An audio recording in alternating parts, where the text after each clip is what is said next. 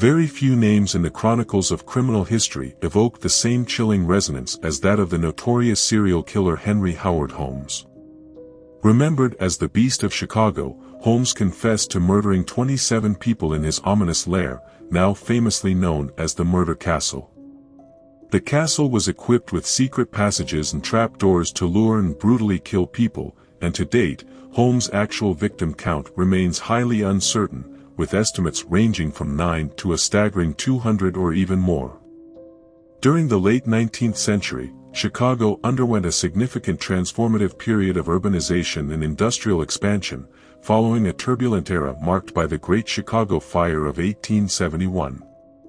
Claiming the lives of approximately 300 people, this devastating event left around one-third of the city's residents homeless. The fire obliterated an area about 4 miles long and a mile wide, destroying nearly 18,000 buildings, and the city faced the daunting task of rebuilding. However, amidst this tragedy emerged an opportunity for urban renewal and reconstruction. As Chicago rose from the ashes, the late 19th century witnessed a surge in construction projects, including the erection of skyscrapers that would redefine the city's skyline. During the period of rebuilding, famously known as America's first serial killer, Holmes took advantage of the chaotic urban landscape to construct his ominous lair, which would later become a deathbed for many innocent lives. Born on May 16, 1861, as Herman Webster Mudgett in Gilmanton, New Hampshire, Holmes was the third child of Levi Horton Mudgett and Theodate Page Price, out of the 5 children they had. Being devout Methodists, his parents employed a strict disciplinarian approach to raising him, often resulting in physical abuse and torture for the young boy. At the time of Holmes's birth, his wealthy family with a farming background had a significant reputation in New Hampshire, having lived there for up to 100 years. By all accounts, Holmes' father was a violent alcoholic who frequently used harsh techniques to impart various life lessons. Due to these experiences and his unusual intelligence at an early age, Holmes often sought refuge in a nearby forest, spending most of his time reading books and wandering off alone on long walks. With this unusual childhood, Holmes had some traumatic experiences that ultimately shaped his entire criminal life. One such incident occurred when Holmes was visiting a doctor, and suddenly some children shoved him into a closet full of skeletons, keeping him locked there for a while.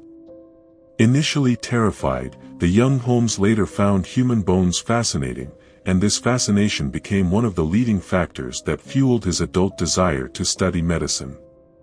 Some accounts of his life even suggest that his morbid curiosity drove Herman to kill his childhood friend when he was just 11.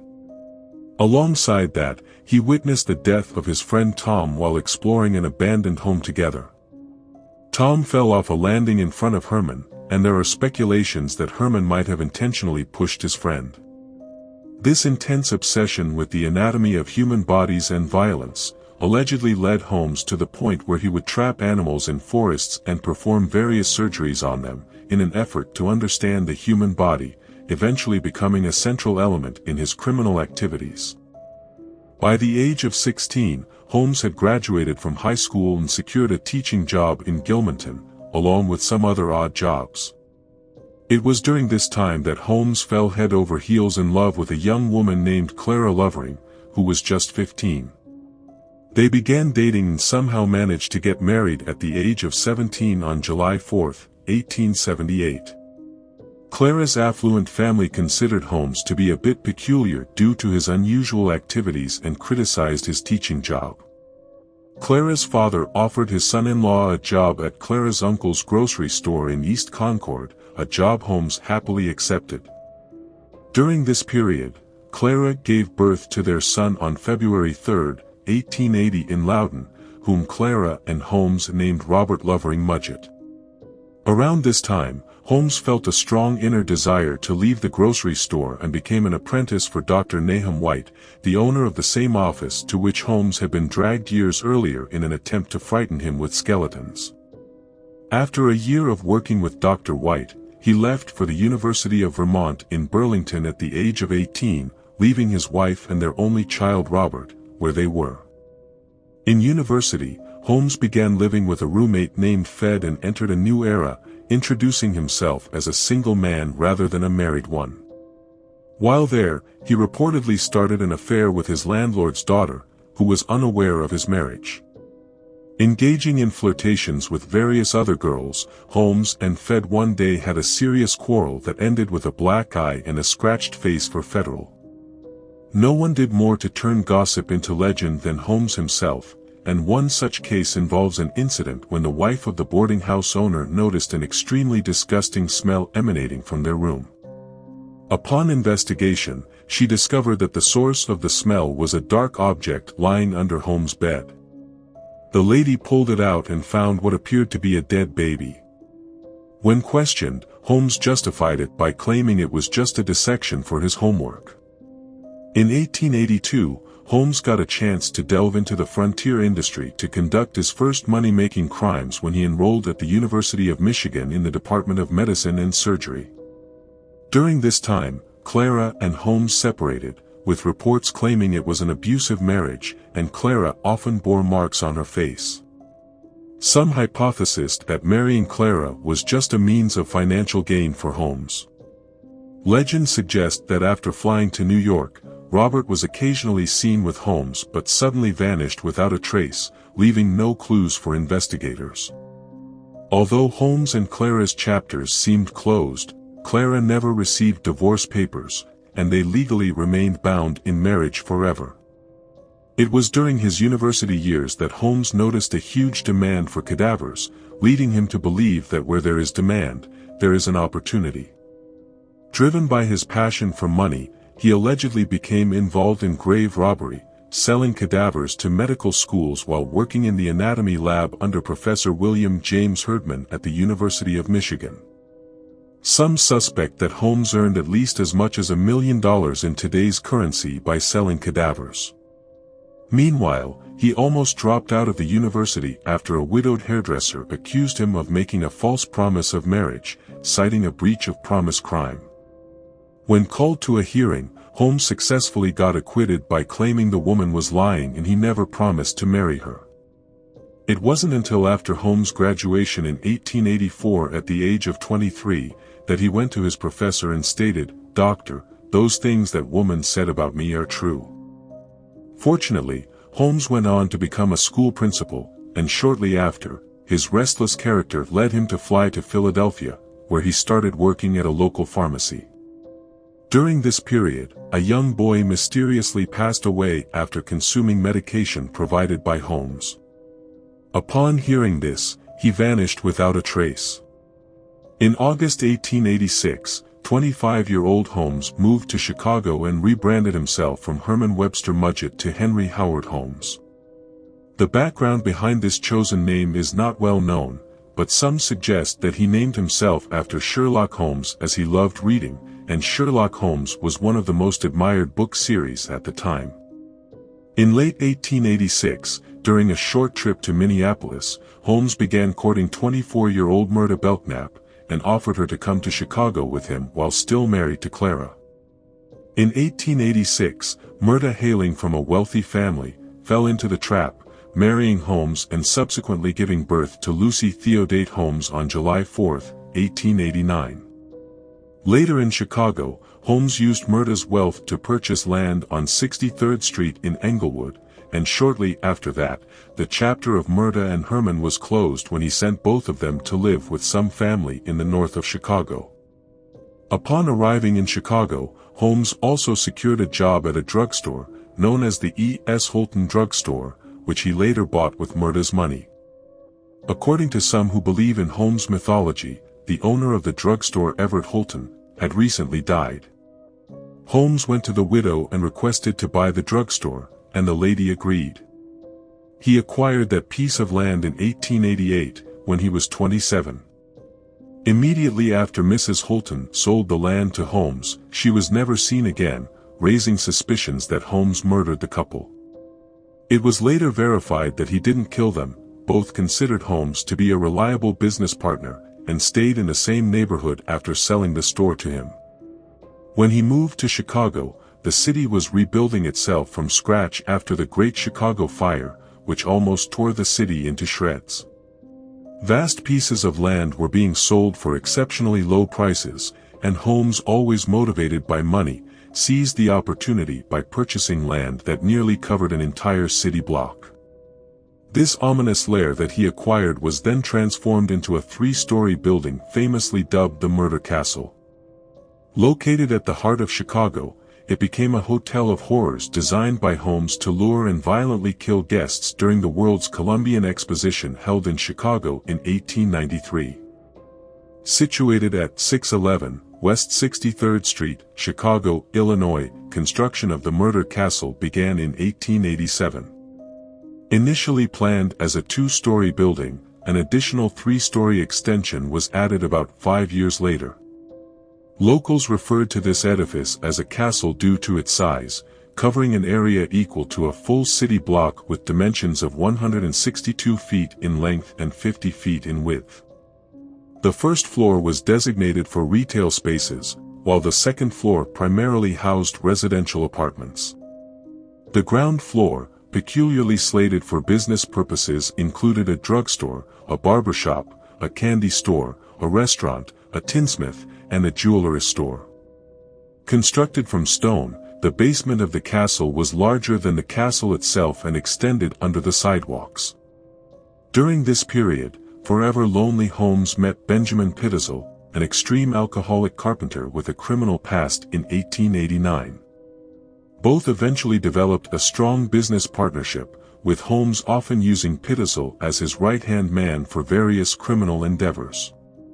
5 years after the construction began, in 1892, Holmes added a 3rd floor as an extension to the building, convincing investors that it was intended for use as a hotel. He emphasized the lucrative potential for investors with the upcoming World's Columbian Exposition, a world fair held in Chicago in 1893, to celebrate the 400th anniversary of Christopher Columbus' arrival in America.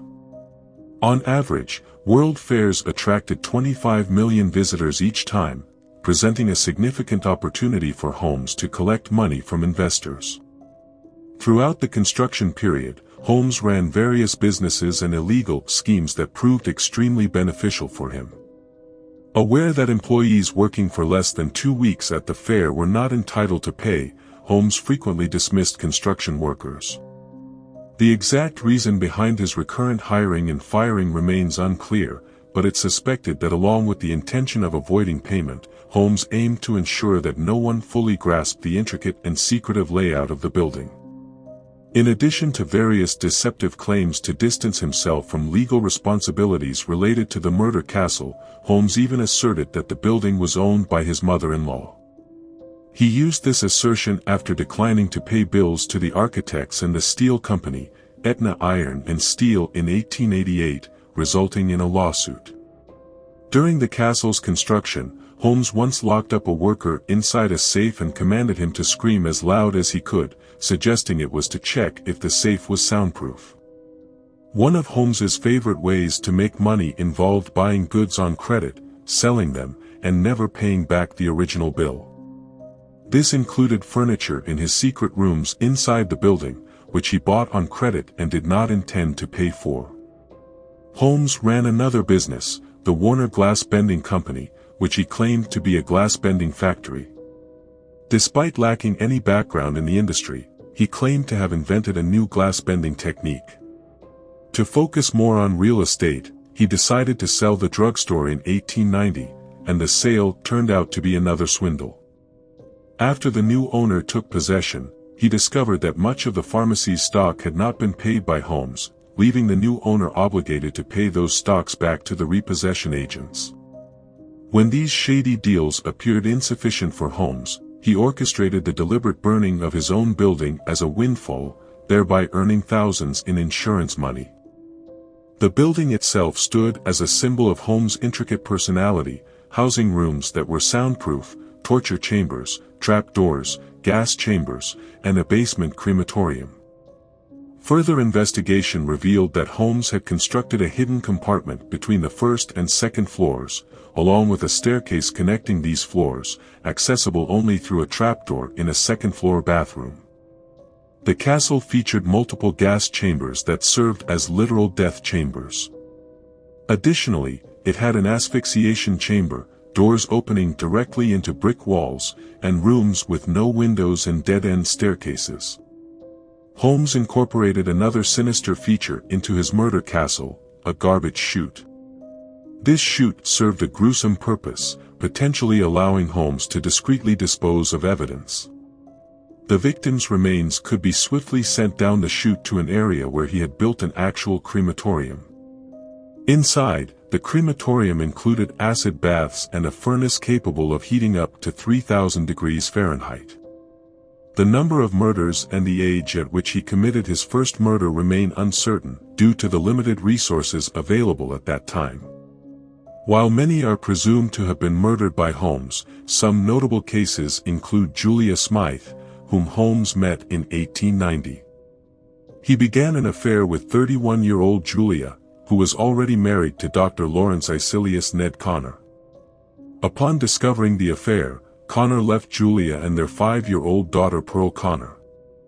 Julia started working at one of the pharmacy's jewelry businesses on the first floor of the castle.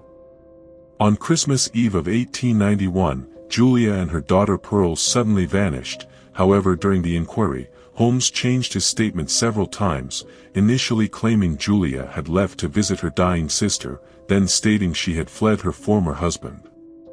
He later claimed Julia had died while attempting a self-induced abortion. Following these events, Holmes asserted that he had poisoned Pearl. This claim gained credibility when portions of the skeleton, belonging to a child of similar age to Pearl, were discovered during the excavation of Holmes' cellar. Another potential victim was a 23-year-old Emmeline Sigrand, who began working as a secretary in Holmes' building in May 1892. Emmeline vanished after December 1892, and Holmes claimed she ran away to marry a man named Robert. Though nothing could be definitively traced to its roots, authorities considered the possibility that she might have become pregnant by Holmes, suggesting she could be another victim of a failed abortion that Holmes was attempting to conceal. Later, with the assistance of a man named M.G. Chappell, the police found Emmeline's skeleton. In early 1893, another woman fell victim to Holmes when he encountered a 24-year-old actress Wilhelmina Minnie Williams.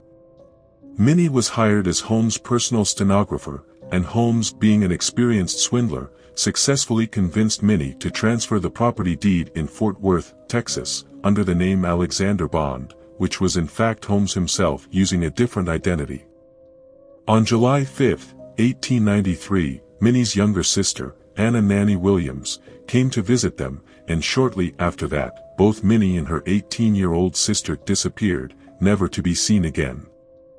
In another shocking incident, a man fell victim to Holmes on April 17, 1891, when Holmes poured a black liquid down the throat of a 68-year-old creditor John de Brule. John immediately died of apoplexy, becoming the first person to die at the hands of Dr. Holmes, as reports have suggested. With mounting lawsuits, Holmes decided to flee Chicago half a year later in January 1894, and this marked the beginning of the end for him. Fond of his never-ending obsessions with women and money, Holmes married another woman during his travels, named Georgina Yoke in Denver, Colorado, with a $2,000 inheritance. 23-year-old Georgiana became Holmes' third wife, while he was still legally married to Clara and Myrta. In Texas, Holmes began building another complex structure resembling a replica of his murder castle without paying his suppliers and contractors. However, the motive behind the construction of this building remained unclear. He simply took out multiple mortgages on it, obtained the cash, and then disappeared from the town. Afterward, Pitzel and Holmes relocated to St. Louis, Missouri, where Holmes acquired a drugstore with a $50 down payment and promissory notes that held no actual value for Holmes. Following that, in St. Louis in July 1894, Holmes faced his first arrest, a 3-day confinement period arising from accusations of selling goods held under mortgage. While in a cell, he met a notorious train robber Marion Hedgepeth, who served a 25-year sentence. Holmes told him about his new plan, to defraud an insurance company of $10,000 by securing a policy on his own life and orchestrating a fake death. He promised $500 to Hedgepeth, who suggested a good lawyer named Jepta Howe.